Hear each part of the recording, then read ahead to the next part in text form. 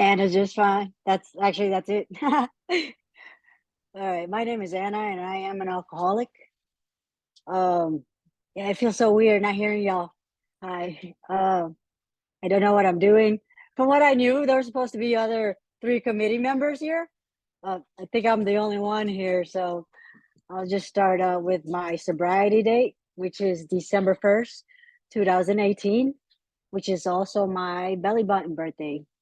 Uh, um, I got I was just at home that day, uh, or the day prior, very drunk, and some calls were made to our central office here in Arkansas from Chicago.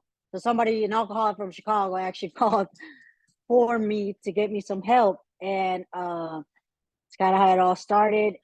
Some people came and picked me up from my house, which is it's some ways away from from the meeting space, and that was the first. Fellowship showed up for me before I even met him in person. It was incredible. It really was. And actually, I'm very good friends with that person that picked me up. And she told me, she's like, you're my only 12-step call ever. And it was funny too, because I remember that day as best as I can with my wet brain that I kind of have. And it was a perfect fishing day here in Arkansas on December 1st, 2018. And my friend who I'm talking about happened to be she's a she's a fisherman. She loves fishing. It's her thing. She's an angler. And she gave up her fishing day to come pick me up. So I my life has changed since, but I do have a home group. Well, we met at 301 Gill Street here in Arkansas, Little Rock, Arkansas. I um I have a sponsor. I have sponsees if they call, and it's actually I barely started sponsoring this year. It wasn't something really I felt like I could do, or I didn't feel I didn't want. I thought I had so much control, right, that I'm gonna fuck these people up. It's not the case. I've learned, but I I'm originally from Chicago. I was born in Tijuana, Mexico, but I was raised in Chicago. I lived there since I was 6 years old with my mom's, and it's just pretty much was her. It was my mom and I for a long time, and she did the very best. I mean, if I think about my life, like I should have been like, I don't know, like an astronaut or a fucking doctor, or I don't know what else. Sorry about my cursing. Um, uh, but I'm not. Just bottom of the barrel drunk. And that's pretty cool too, though. I'll tell you that much. I I started drinking. I had my first drink when I was 5 years old. Um, I started drinking pretty regularly when I was 11, and just doing things, that I thought were fun. Definitely that 11-year-old shouldn't be doing. I went full on fledged in my drinking from 11 years old. I had a year that I didn't drink when I was 21, which was funny. I stopped drinking when I was 21. For that year, I didn't drink. Uh, but right after that year of not drinking, it got so bad. Like it was, that's when I was drinking daily. From the moment I woke up, from the moment I blacked out, I was drinking, because I didn't go to sleep. Y'all know that, right? Like I didn't go to sleep. I just I just passed out wherever I had the last drink. Um, so growing up in Illinois, it's actually very similar to Arkansas here. It's not that much different, yeah. Besides like the actual city, but we had once I moved out of Chicago, it was a small town. There was not much to do, but drinking, and we drank. It was a little town called Fox Lake, which is actually in the Guinness World Record book or whatever for having the most bars in a small space, which I always thought it was the coolest thing ever. Um, because I am an alcoholic, and I've always been very proud to be an alcoholic. You know, like people are always like, "Why are you always drunk?" And my response was, "Because I'm an alcoholic, and that's what alcoholics do." So, I mean, I was doing what I was supposed to do in my head. Um, I've never. So I drank, 23 years old. I got into this big old car wreck. I was in a coma for about a month and a half. It was pretty bad. I mean, traumatic brain injury. Had 14 broken ribs. Both lungs collapsed. Um, Drinking was involved. Uh, uh, and I don't want to take away from what I did at all.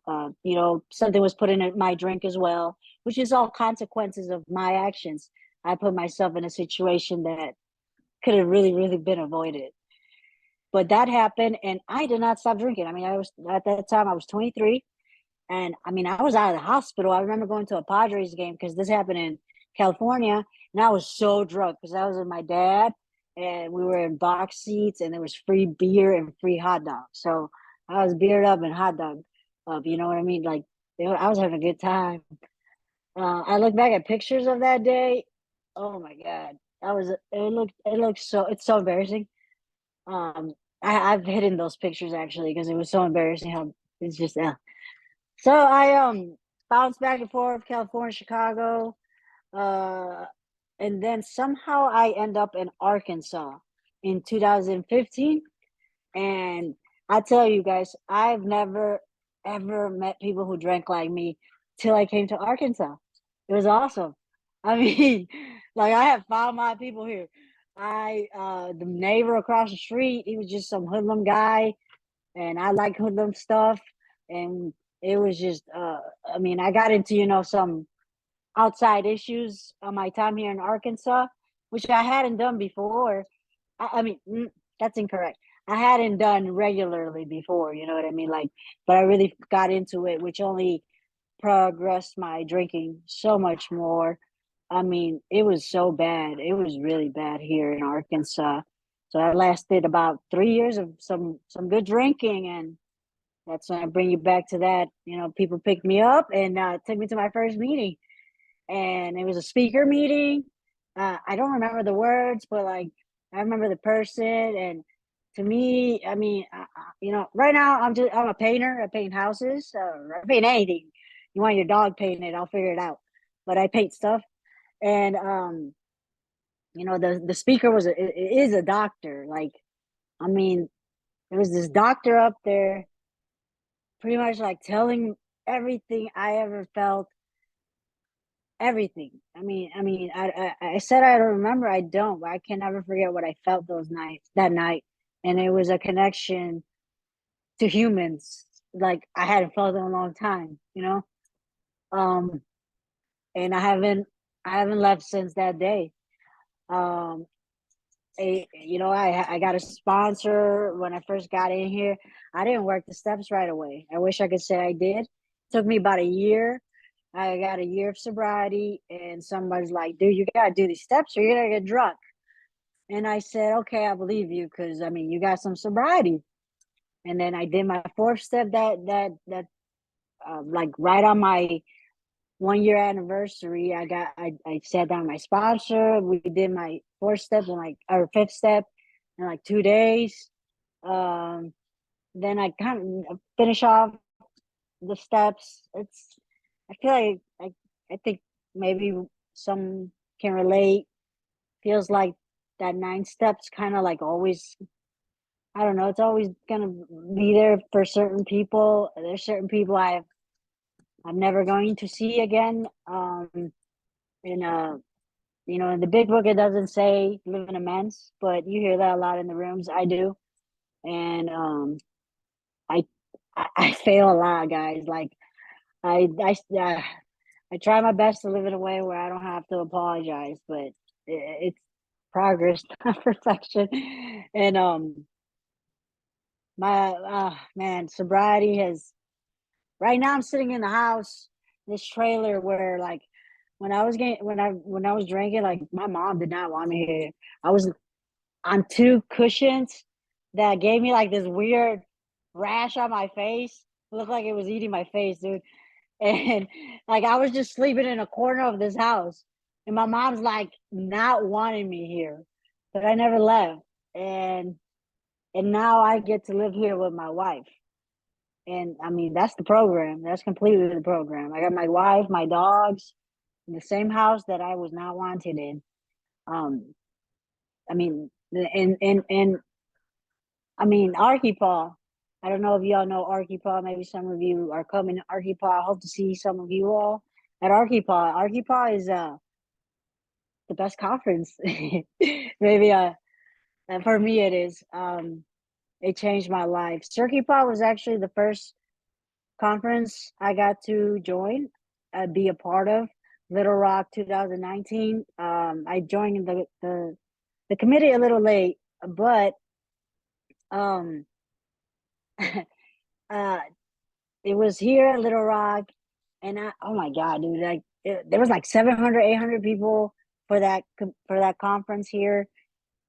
I mean, that changed my life. Like, I so many young people sober. I mean, I didn't get. I got sober when I was 29, so I got here a little later than everybody. But still, like, I, I'm I'm still a child. Like, I like to have some fun, and these YPOds showing me about what fun is. Like, man, I wish I could make it a more conference around, the country. Like ARKYPAA just happened, and I wish I could have gone, but anyways, ARKYPAA, being a part of that, I got to be volunteer. Being volunteer chair for ARKYPAA for us is it's like a stepping stone. Like that's a huge honor. If you're ever on the ARKYPAA committee and someone says, "Do you want to be volunteer chair?" It's like made me feel like I had my chair that day. Like that's I'm here. Like the day I didn't understand till I got to do it there. And volunteer chair is like you making coffee, like you make coffee the whole conference. It is so much fun. It is so much fun. Like I forgot how many pounds of coffee. I think it was 516 pounds of coffee we made in 2019. Shit ton of coffee, dude. Never ran out once. um, I don't know, man. My home group is incredible. It's not an official YPOA group, but it's full of young people. I mean, we got like 15-year-olds in there. These little girls are like super excited about sobriety, and like I'm so excited to see them. Like I can't even comprehend how they're so willing to be there with us. They show up to our events. They show up to we kind of have this softball tournament thing going this year. We started with other home groups. Uh, it's so much fun.